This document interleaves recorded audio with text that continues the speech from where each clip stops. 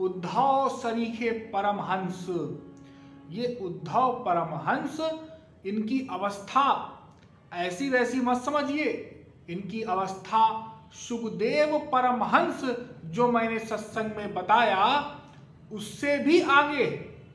हाँ, भागवत में भगवान स्वयं कह रहे हैं नोध्वोन्वपि मन यूना, अर्थात ये उद्धव मेरे बराबर है, इसको मुझसे कम मत समझना किसी मामले में, भगवान कह रहे हैं।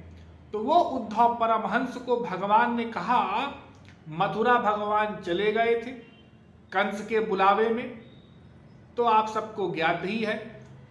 तो भगवान ने कहा कि ब्रज गोपियां हैं करोड़ों ब्रज में, तो उद्धव तुम चले जाओ और उनको ब्रह्म ज्ञान दे आओ। वे सब मुझसे प्रेम करती हैं बेचारी, तो मेरे यहां आने से बहुत ही दुखी हैं, विलाप करती रहती हैं, तो तुम जाकर के उनको ज्ञान दे आओ कि तुम ही ब्रह्म हो, तत्त्वमसि अहम ब्रह्मास्मि।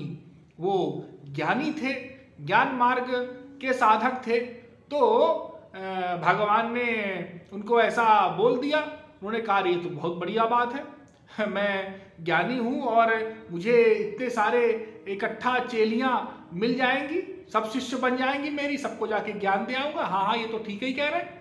वे चले गए और जब पहुँचे ब्रज में तो वहाँ का हाल देखा, ऐसा विचित्र हाल कि कोई गोपी वृक्ष से बात कर रही है, उसको ठाकुर जी समझ करके। एक गोपी, और ये सब भावावस्था में हो रहा है, वो ठाकुर जी के विरह में ऐसी तल्लीन हो गई कि भूल गई कि ठाकुर जी अब मथुरा जा चुके हैं।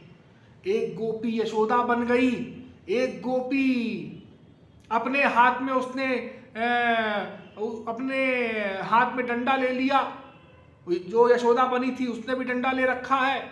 एक उखल बन गई, एक ठाकुर जी बन गई और ठाकुर जी को उसने बांध दिया और वैसी ही लीला करने लग गई जैसे यशोदा मैया की लीला हुई थी।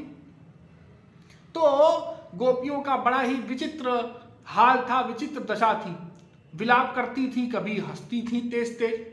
तो ये सब देखा उद्धव ने, तो उद्धव ने कहा कि इनसे बात करें हम। तो उद्धव ने अपना ज्ञान देने का प्रयास किया उन गोपियों को, लेकिन उल्टा हो गया। अब वे साधारण स्त्रियां तो थी नहीं। उद्धव सोचते थे अरे ये तो ऐसे ही जैसे संसारी प्रेम होता है ना, ये ऐसा ही प्रेम करती हैं, तो अपना प्रियतम मानती होंगी, तो ठाकुर जी चले गए तो ये रोना धोना इनका प्रारंभ है, तो मैं समझाऊंगा तो ये समझ जाएंगे। लेकिन वे तब तो सिद्ध थी, कोई वेदों की ऋचाएं हैं, कोई नित्य सिद्ध है, कोई प्राण प्रिय सखी है, कोई प्रिय सखी है, तमाम प्रकार की कक्षाएं हैं सखियों की। तो सब तो ज्यादातर तो महापुरुष ही थी वहां पर जो सखियां थी।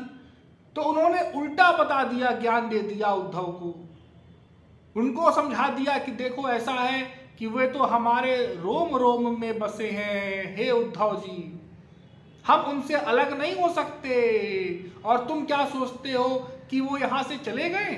ना, मैं तो उनको कण कण में देखती हूं। उद्धव जी मन न भये 10-20, एक हु तो सो गयो श्याम संग, को अब राधे ईश। उद्धव जी मन न भये 10-20। हे उद्धव, मन, आप ये बताओ, इतने बड़े ज्ञानी हो, मन तो एक ही होता है ना? उद्धव जी ने कहा हाँ हाँ, मन तो एक ही होता है। तो वह मन आपके सखा श्याम सुंदर के साथ चला गया, अब जाकर के मथुरा उस मन को वापस ले आओ, तब तो मैं उसको ब्रह्म में लगाऊं। आप कहते हो ब्रह्म का चिंतन करो, तो किस मन से करूं? एक ही मन दिया है भगवान ने, वह मन भी आपके सखा ले गए। तो उद्धव जी चुप हो गए। ऐसी भक्ति उनकी। एक गोपी बैठी हुई यमुना के किनारे ध्यान कर रही थी।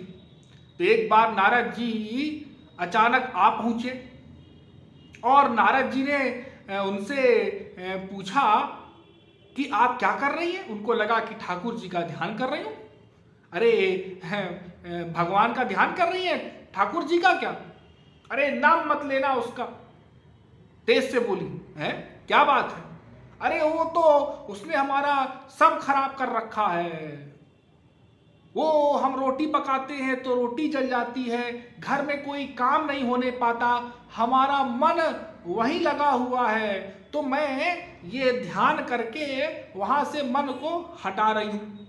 नारद जी ने कहा कि बाप रे, बड़े बड़े ऋषि योगी मुनि प्रत्यारित मुनि क्षणम विषयतो यस्मिन् मनोधित सति बालासो विषयेषु सज्जति मनः प्रत्याहरन्ति ततः यस्य स्फूर्तिलवाय हन्त हृदये योगी समुत्कण्ठयते मुग्धासो किल पश्य तस्य हृदयान् निष्क्रांति मां कांक्षति।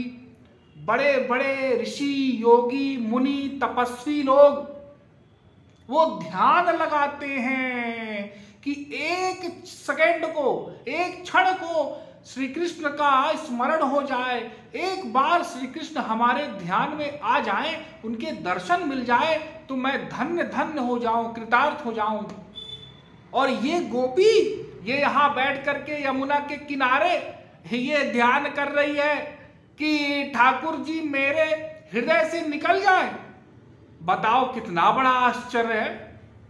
हाँ, वो उद्धव परमहंस जब लौट करके गए मथुरा और ठाकुर जी के पास, तो उन्होंने कहा कि मुझे आप एक ब्रज में कोई पत्ता बना दो, अरे कोई फूल बना दो, गुल्म बना दो।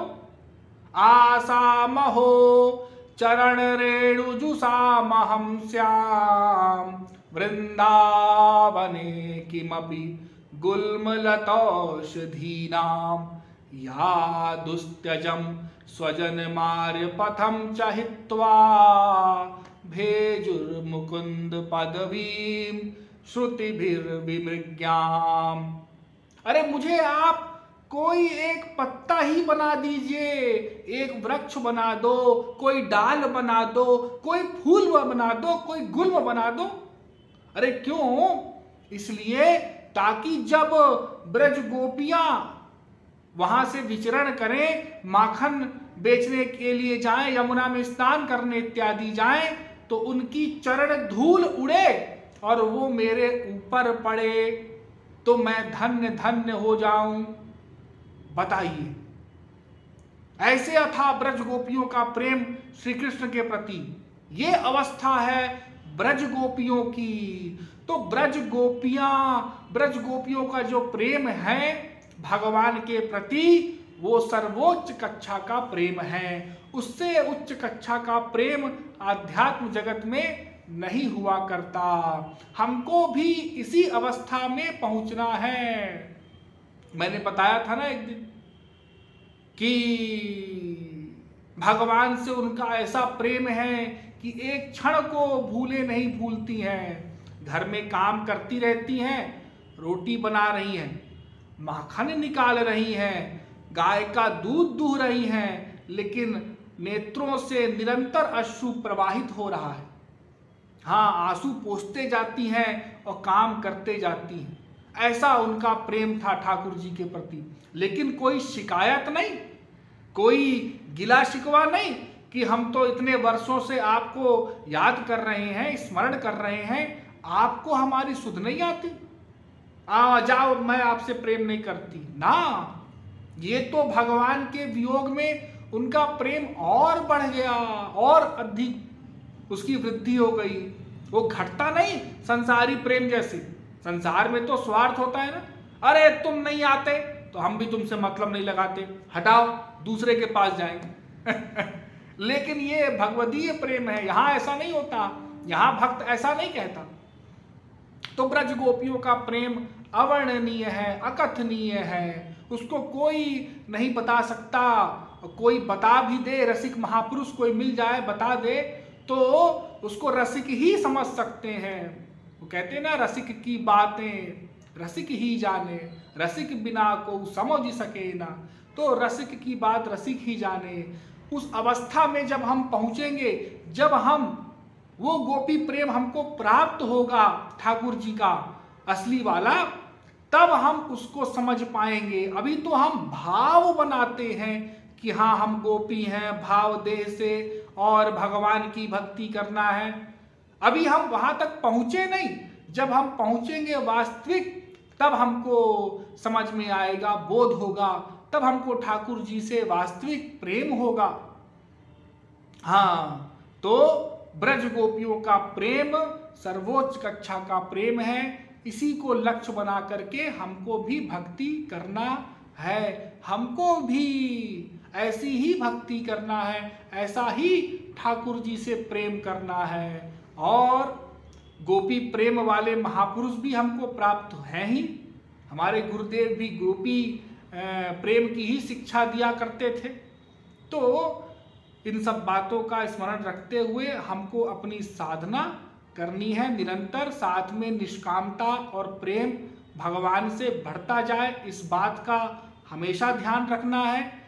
ऐसा ना हो कि निष्कामता में कमी आने लग जाए, नहीं, निष्कामता बनी रहे और भगवान और गुरु के प्रति हमारा प्रेम निरंतर बढ़ता रहे।